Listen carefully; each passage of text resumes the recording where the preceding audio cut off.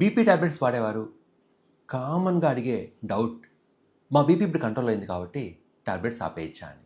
Number 1 point, BP ఒక long term disorder. ఈ BP medicines వాడే ఉద్దేశం మనం లాంగ్ టర్మ్గా ఈ హై బీపీ వల్ల వేరే ఆర్గాన్స్ అంటే బ్రెయిన్, హార్ట్, కిడ్నీస్ని కాపాడుకోవడం. మరి బీపీ టాబ్లెట్స్ని సడన్గా ఆపేస్తే ఏమవుతుంది?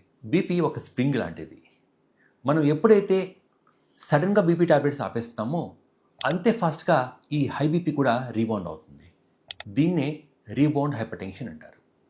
ఈ రీబౌండ్ హైపర్టెన్షన్ కొన్నిసార్లు చాలా ఉధృతంగా ఉంటుంది. అంటే గతంలో మన బీపీ ఆర్డినరీగా 130, 140 ఉన్నది బీపీ టాబ్లెట్స్ వాడిన తర్వాత 120, 110 వస్తే సడన్గా టాబ్లెట్స్ విత్డ్రా చేయడం వల్ల ఈ బీపీ స్ప్రింగ్ లాగా పెరిగి 180, 190కి వెళ్తూ ఉంటుంది. సో బీపీ కంట్రోల్లో ఉన్నప్పటికి కూడా సడన్గా బీపీ టాబ్లెట్స్ని ఎప్పటికి కూడా అబ్రప్ట్గా ఉన్న పలంగా విత్డ్రా చేయకూడదు. మరి ఎలా తగ్గించాలి? మెడికల్ అడ్వైస్ ప్రకారం స్లోగా ఒక 20% డోస్ తగ్గించుకుంటూ వచ్చు.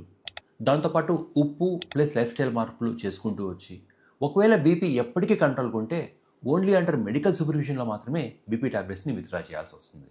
అంతే తప్ప బీపీ కంట్రోల్ అయింది కదా అనేసి సెల్ఫ్గా ఎప్పటికి కూడా అబ్రప్ట్గా బీపీ టాబ్లెట్స్ ఆపేయకూడదు.